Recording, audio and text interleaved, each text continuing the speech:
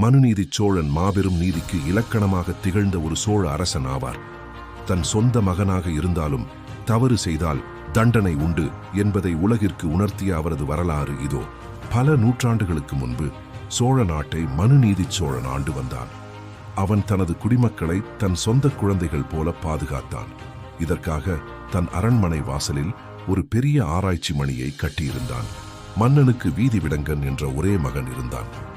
ஒரு நாள் இளவரசனின் தேர் சக்கரத்தில் சிக்கி ஒரு கன்று உயிரிழந்தது. தன் கன்று இறந்ததைக் கண்டு தாய் பசு கதறி அழுது. நெஞ்சடைத்த தாய் பசு அரண்மனைக்கு சென்று ஆராய்ச்சி மணியை பலமாக அடித்தது. விசாரணையில் இளவரசனின் தேரே கன்றின் இறப்பிற்கு காரணம் என்பதை மன்னன் அறிந்தான். ஒரு உயிரை இழந்த பசுவின் துயரம் தன் மகனை இழந்த தாயின் துயரத்திற்கு சமம் என்று மன்னன் கருதினான். மனுநீதிச் சோழன் தன் மகனுக்கும் அதே தண்டனையை வழங்கினான். மன்னனின் நேர்மையை கண்டு தேவர்கள் வியந்து பூமாரி பொழிந்தனர். இறைவனின் அருளால் இறந்த கன்றும் இளவரசனும் மீண்டும் உயிர் பெற்று எழுந்தனர். நீதியின் பெருமை நிலைநாட்டப்பட்டது.